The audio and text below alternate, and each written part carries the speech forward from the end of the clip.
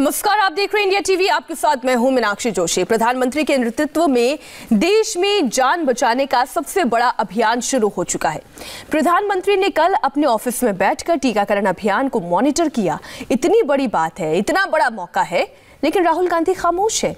ये वही राहुल गांधी हैं जो अब तक वैक्सीन कर रहे थे, मोदी जी से सवाल पूछ रहे थे, लेकिन पॉलिटिक्स के चक्कर में वो भूल ही गए कि मोदी की वैक्सीन नहीं, देश की वैक्सीन है।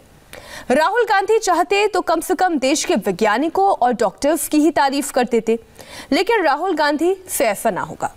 मोदी ने करोड़ों लोगों को लाइफलाइन दी और कितने नेताओं की टाइमलाइन साइलेंट हो गई। इसका पूरा एनालिसिस सिर्फ इस रिपोर्ट में है। रिमोट बटन दबाकर विश्व के सबसे बड़े वैक्सीनेशन कार्यक्रम का औपचारिक प्रारंभ करने की कृपा करें।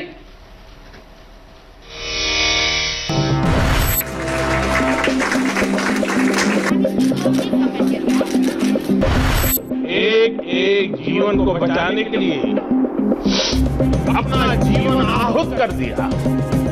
जिसने मोदी को नहीं सुना या जिन नेताओं ने मोदी को सुनकर अनसुना कर दिया, उन्होंने एक बहुत इंपॉर्टेंट बात मिस कर दी है। सभी की जुबान पर यही सवाल था कि कोरोना की वैक्सीन कब आएगी। ऐसा बहुत कम होता है जब प्रधानमंत्री के पास शब्द कम पड़ने लगते हैं, भावनाएं हावी हो जाती हैं और मोदी का गला भर आता है। जो हमें छोड़कर चले गए, उनको परंपरा के मुताबिक वो विदाई भी नहीं मिल सकी जिसके वो हकदार थे।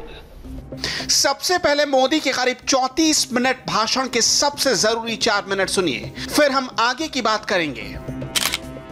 आज जब हम बीते साल को देखते हैं तो एक व्यक्ति के रूप में, एक परिवार के रूप में, एक राष्ट्र के रूप में हमने बहुत कुछ सीखा है, बहुत कुछ देखा है, जाना है, समझा है।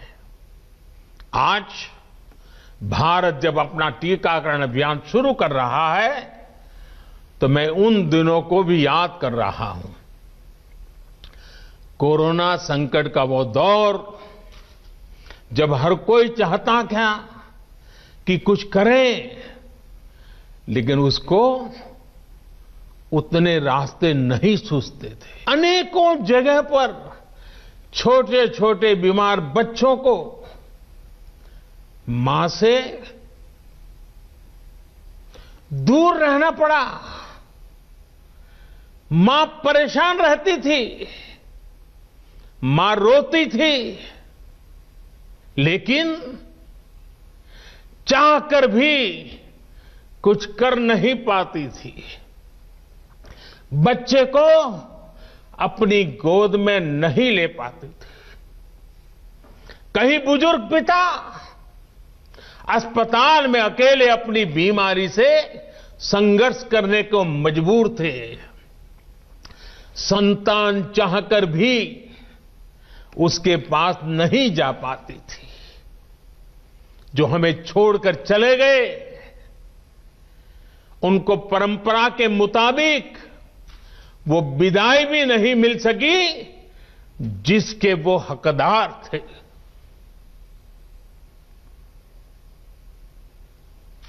जितना हम उस समय के बारे में सोचते हैं, मन सिहर जाता है, उदास हो जाता है। लेकिन साथियों, संकट के उसी समय में, निराशा के उसी वातावरण में कोई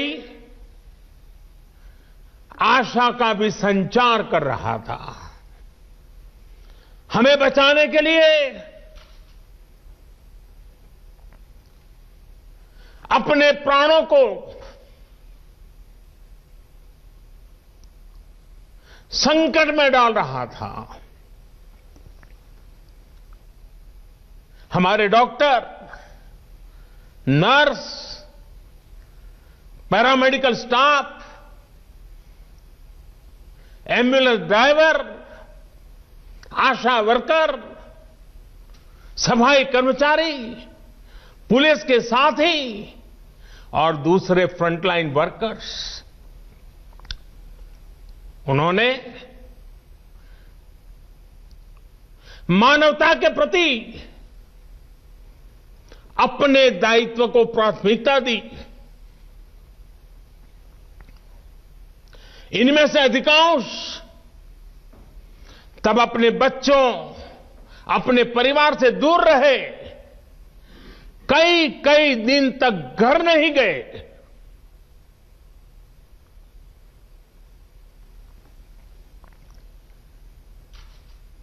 सैकड़ों साथी ऐसे भी हैं जो कभी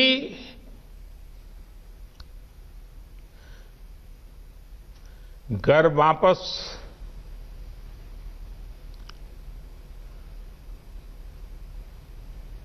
लौट ही नहीं आ पाए। उन्होंने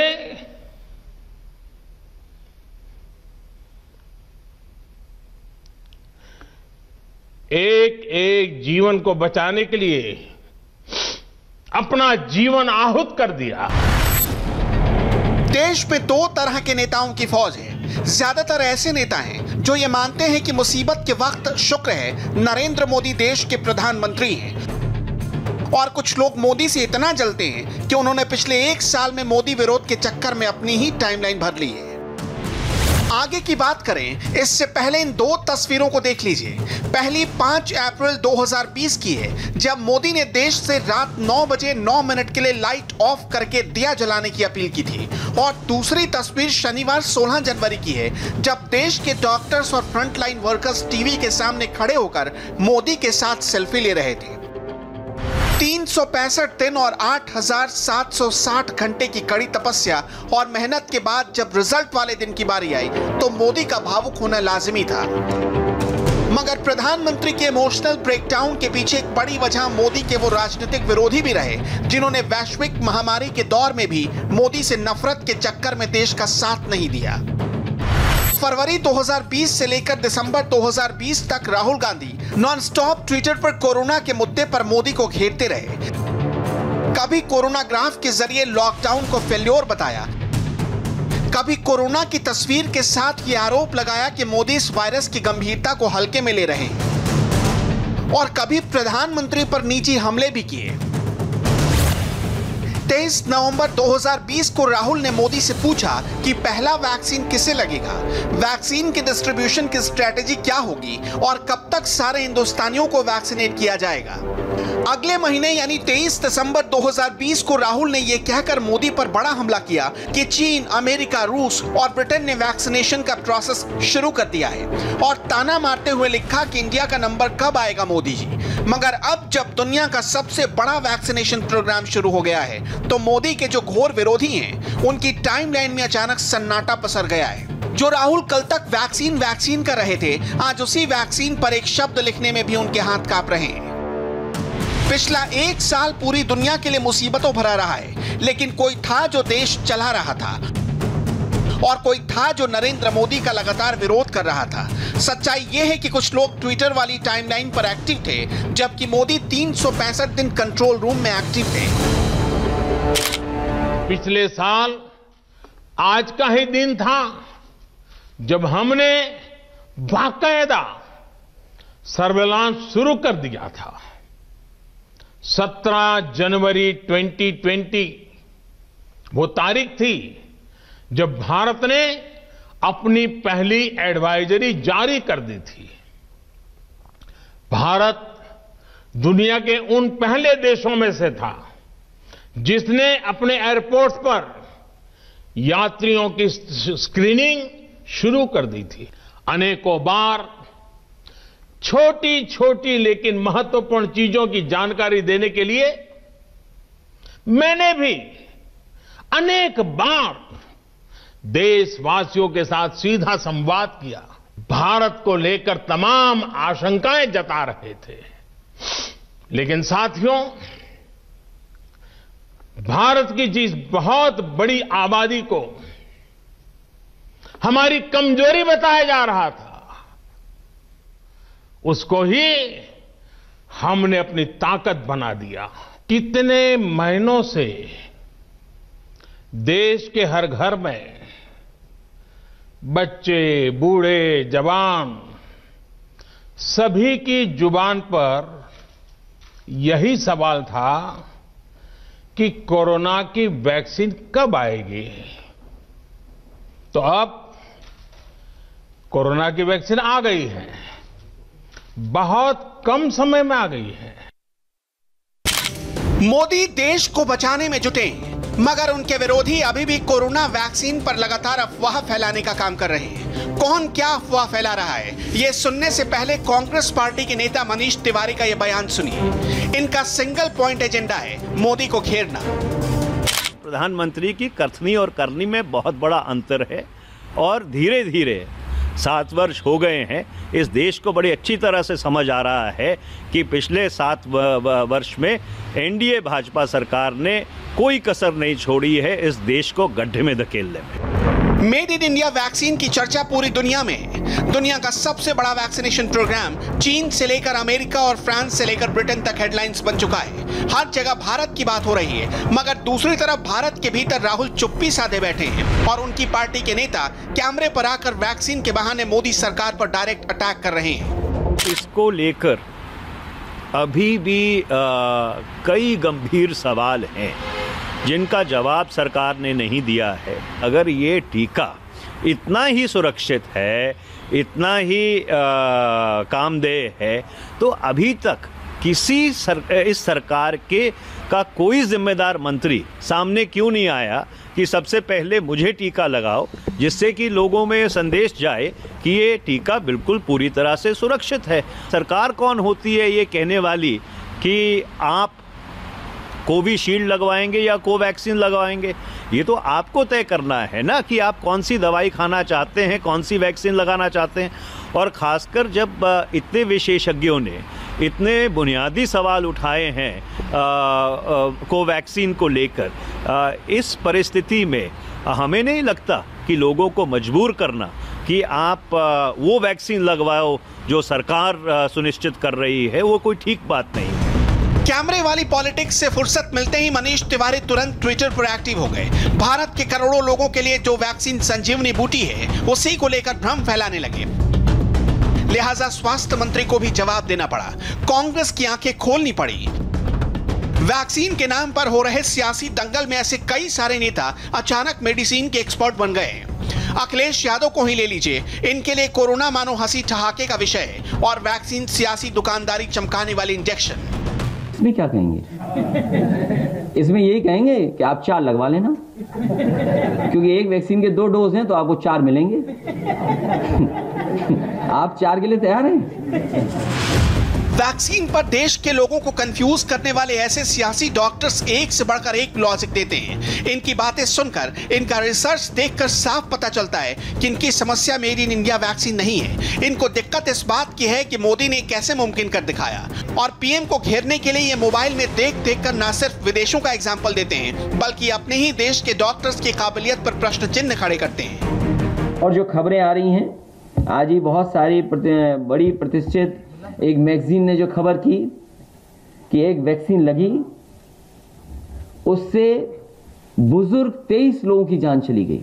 वहां के लोगों ने भी कहा, वहां के एक्सपर्ट ने कहा कि जो वैक्सीन लगे, डॉक्टर्स को, जो एक्सपर्ट कह रहे हैं वो कह रहे हैं कि डॉक्टर्स को कम से कम बहुत ही सावधानी बरतनी पड़ेगी जब वैक्सीन लगनी है।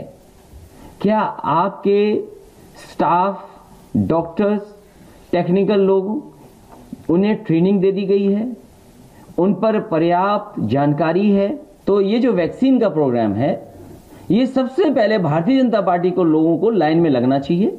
जिस तरीके से ताली थाली बजी थी, उसी तरीके से सब लोग आगे आएं और लगवाएं, और 1 साल बाद समाजवादी पार्टी की सरकार बनेगी, हम सब लोग फ्री लगवा लेंगे।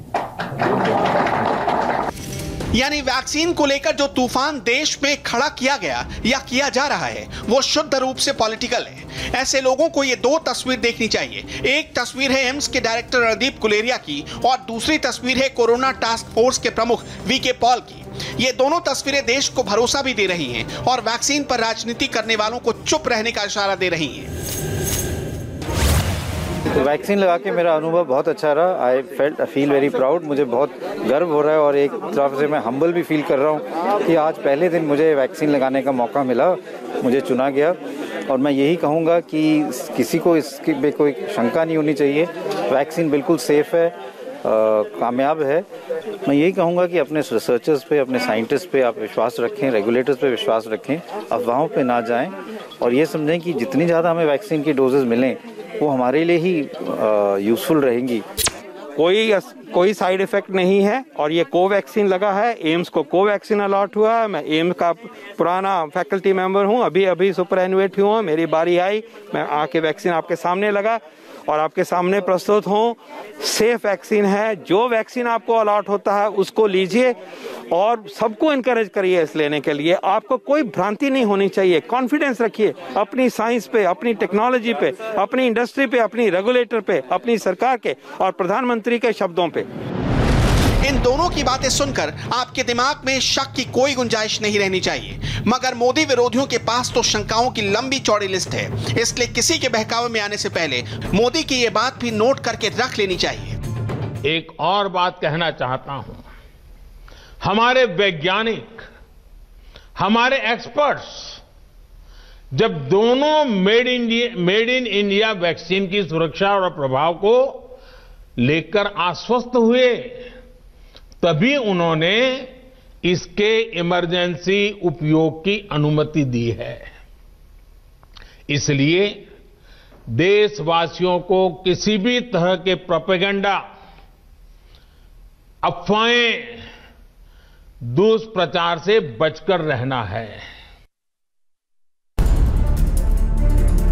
इस वक्त जितने भी लीडर्स वैक्सीन कर रहे हैं वो ना तो डॉक्टर हैं और ना ही उनके पास डॉक्टर की कोई डिग्री है, लेकिन वैक्सीन पर सबको ज्ञान देना है। मकसद सिर्फ एक है, मोदी पर हमला करके पॉलिटिकल माइलेज लेना। वैसे ये भी बड़ा इत्तेफाक है कि कोवैक्सीन पर सबसे पहला सवाल उठाने वाले कांग्रेस के नेता मनीष तिवारी थे और वैक्सीनेशन के डे 1 में देश का पहला वैक्सीन लगाने वाला सफाई कर्मचारी भी मनीष नाम का ही शख्स था। ये होता है नियत का फर्क कि आम आदमी का इरादा क्या है और मोदी विरोध करने वाले पॉलिटिशियंस का एजेंडा क्या है। मनीष तिवारी को थोड़ी देर के लिए भूल जाइए, गर्व से वैक्सीन लगवाने वाले इस मनीष की बातें सुनिए।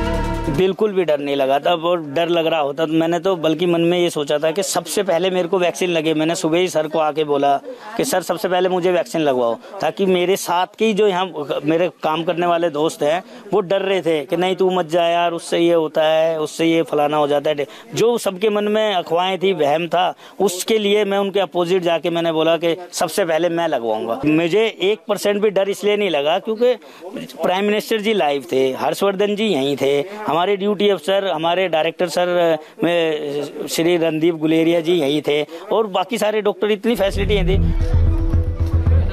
देश के अलग अलग हिस्सों में ऐसे एक नहीं अनेकों मनीष हैं जिन्होंने नेताओं की अफवाहों की दुकान पर ताला लगाकर वैक्सीनेशन में बढ़ चढ़कर हिस्सा लिया। ना ही कोई डर, ना खौफ, अगर कुछ था तो देश के वैज्ञानिकों, डॉक्टर्स और प्रधानमंत्री पर भरोसा। I am feeling well. किसी किस्म की मतलब जो कमज़ोरी है, मतलब आपके सामने हूँ, चल रहा हूँ, माशाल्लाह, शुक्र रब के दुआओं के, आपके दुआओं के बदल से, रब के साए से मैं चलता हूँ। मैं अच्छा हूँ, कोई कमज़ोरी नहीं है, कोई हेडेक नहीं न हुआ और न एलर्जी हुई है। 1 घंटा से पहले मैंने लिया है और अभी आप लोगों से बातचीत भी कर रहा हूँ, मुझे कोई प्रॉब्लम नहीं हुआ है और किसी लोगों को कोई प्रॉब्लम इतने लोगों के लेने के बाद नहीं हुआ है। अभी मैंने वैक्सीन लगवाया है कोविड का, कोविशील्ड, और ऑब्जर्वेशन में भी आधे घंटे रुका था और कोई साइड इफ़ेक्ट नहीं है और बहुत अच्छा महसूस कर रहा हूँ मैं। और मेरा सुझाव ये है कि हर व्यक्ति को लगवाना चाहिए क्योंकि अभी कोविड का कोई इलाज निकला नहीं। आपको टीका लग गया, पता भी नहीं चला? तो ऑलरेडी जैसे इंजेक्शन लगता है वैसे ही पता चला, तो कुछ नहीं। बहुत अच्छा महसूस कर रहा हूँ, कोई दिक्कत नहीं हो रही है और मैं तो कहूँगा कि आप लोग आइए, रजिस्ट्रेशन कराइए, टीका लीजिए। यही एक उपाय है, यही एक बचाव करने का तरीका है। जितनी जल्दी हम लोग इसमें कारगर हों। ये वैक्सीन लगा के हम लोग को मैंने बहुत अच्छा लग रहा है। कम से कम एक प्रोटेक्शन तो मिला कि आने वाले समय में हम लोग और अच्छी तरह से काम कर पाएंगे और डर नहीं रहेगा। मैं इतना कहना चाहता हूँ, ये वैक्सीन बहुत सेफ है। सोशल मीडिया में इसके बारे में बहुत दुष्प्रचार हुआ है। मेरे कहना है, please do not listen to these rumours. नहीं, अच्छा है, अच्छा कार्यक्रम कर रहे हैं सरकार। बहुत लोग डर रहे हैं, उनको क्या कहें? डरने की कुछ जरूरत नहीं है। एक्चुअली मैं खुद ही हॉस्पिटल में काम करता हूँ, तो उससे कुछ डरने की बात नहीं है। मोदी विरोधी वैक्सीन पर कंफ्यूजन फैला रहे हैं, मगर फ्रंटलाइन वर्कर्स और डॉक्टर वैक्सीन लगवा रहे हैं। वैक्सीन को लेकर जो तूफान देश में खड़ा किया गया है, उसकी एक सियासी तस्वीर बंगाल में भी दिखाई दी। 3 करोड़ फ्रंटलाइन वर्कर्स और हेल्थ केयर वर्कर्स को मोदी ने वैक्सीन दी, लेकिन ममता ने भी इस पर अपना पॉलिटिकल स्टैंप चिपका दिया। इंडिया टीवी संवाददाता पवन नारायण ने इसकी पूरी पड़ताल की। पश्चिम बंगाल में वैक्सीनेशन की शुरुआत हो गई, लेकिन उस शुरुआत से पहले ममता दीदी का एक खत पहुंचा जो फ्रंटलाइन वॉरियर्स के नाम लिखा गया था। ये खत एक हफ्ते पहले पहुंचा गया, जिसमें फ्रंटलाइन वॉरियर्स का कोरोना की लड़ाई के लिए शुक्रिया कहा गया और कहा गया कि आपने अपनी जान पर खेलकर लोगों की सेवा की। साथ ही इस लेटर में लिखा गया कि कोविड-19 की वैक्सीन आपके लिए राज्य सरकार उपलब्ध करवाएगी, और इतना ही नहीं, पूरे बंगाल के लोगों के लिए मुफ्त में वैक्सीन की व्यवस्था भी राज्य सरकार कर रही है। चिट्ठी तो बट गई, मगर बंगाल में कोरोना वैक्सीन का कार्टून खुलते ही फ्रंटलाइन वर्कर्स नहीं, टीएमसी के नेता लाइन में सबसे आगे जाकर खड़े हो गए। इनमें से ना तो कोई हेल्थ वर्कर था, ना ही डॉक्टर था, मगर वैक्सीन लेने की जल्दबाजी सबको थी। वर्धमान जिले के कटवा के तृणमूल विधायक रविंद्र चैटर्जी ने वैक्सीन लगवाई। तृणमूल विधायक सुभाष मंडल भी वैक्सीन लेने में आगे रहे। पूर्व विधायक वनमाली हाजरा ने भी मौके पर चौका मार दिया। ये हालत तब है जब वैक्सीनेशन के फेज 1 में नेताओं को वैक्सीन लेने पर मनाही है, शायद बंगाल के वर्धमान को छोड़कर, क्योंकि यहाँ टीएमसी ने जो कह दिया वो कह दिया। दूसरी तरफ पवन नारायण कोलकाता में लोगों के बीच पहुंचे, तो आप भी सुन लीजिए वैक्सीन को लेकर उनके दिमाग में क्या भरा है। हमारे सरकार लगाएंगे, केंद्र सरकार, तो फिर राज्य सरकार लगाएंगे तो मैं भी लगा लूंगा। ठीक है, अगर उन लोग लगाएंगे तो मैं भी लगा लूंगा। डॉक्टर तो लगवा रहे हैं, तो अगर मगर क्या है इसमें, कुछ शंका है आपको? ऊपर से आते ना, नीचू से तो नहीं आएगा, ऊपर से आएगा। वो ऊपर वाला लगाएगा, नीचू वाला हम लोग लगाएगा। तो ममता दीदी पहले लगाए, राज्य सरकार में ममता दीदी लगाए, केंद्र में मोदी, अमित शाह, ये सब जोगी टोगी ये सब लगावे। हाँ, तो मैं भी लगा लूंगा। उससे पहले नहीं? उससे पहले कैसे लगाऊं? वैक्सीन तो आ गई है। हाँ, मगर वैक्सीन आने के बावजूद भी डॉक्टर लोग तो पहले हड़क रहा है, तो आम पब्लिक का क्या हाल होगा? नहीं, आज लगनी शुरू होगी, डॉक्टर लगवाई, लोग लगा रहा है, मगर कुछ डॉक्टर ऐसा भी बोल रहा है आज के ना काल के लागा वो। ऐसा का है? कौन बोल रहा है? बहुत ऐसा डॉक्टर है। आप चलिए, हम लोग हॉस्पिटल में बहुत ऐसा पेशेंट है, पार्टी है, बहुत रकम है। आप जाके पूछे कि दीदी आपने वैक्सीन लागी से ना, आज के मोड निकाल के लागा। नहीं लगलाएंगे। क्यों? कोई कोरोना बोल के कोई चीज नहीं है। अच्छा, हम लोग का इंडिया में कोरोना बोल के कोई चीज नहीं है। 1 लाख से ऊपर लोग मर गए, आप कह रहे कोरोना नहीं है? कोई प्रूफ है? मर गई, टीवी में दिखा अपना आंखों से देखो। वैक्सीन अगर आएगा तो बीमारी और ज्यादा बढ़ेगा। कैसे? वो कैसे बढ़ेगा आप बताइए। तो सही बात, वो तो पूरा बात। वैक्सीन में हम पेपर में पढ़ा लिखा जानता है, वो बहुत आदमी को दर्द होता है, ज्वर होता है, फिर कोरोना लग जाता है। इसीलिए हम जो है अच्छा है। और दीदी लोग जो बोलता है, जहर नहीं बाबा, वैक्सीन में जहर थोड़ी होता है। हम जहर होता है। कुछ नेता वैक्सीन पर सवाल उठाकर प्रधानमंत्री को घेरते हैं। मोदी ने वैक्सीन क्यों नहीं लगाई, ये बात फैलाकर कुछ लोगों को गुमराह करके अपनी सियासत चमकाते हैं, मगर सच्चाई कोई नहीं बताता। पश्चिम बंगाल में जिस तरीके से लोग बिना मास्क के घूम रहे थे, उससे तो यही समझ में आता है कि उन्हें कोरोना का ही डर नहीं है, बात वैक्सीन की तो बहुत दूर की है। रुक रहे हैं छोटे से ब्रेक के लिए, और ब्रेक के बाद देखिए क्या किसान आंदोलन में खालिस्तान ने कर ली है घुसपैठ। 53 दिन के दंगल में कितना खालिस्तानी एंगल, ग्राउंड जीरो से फुल इन्वेस्टिगेशन।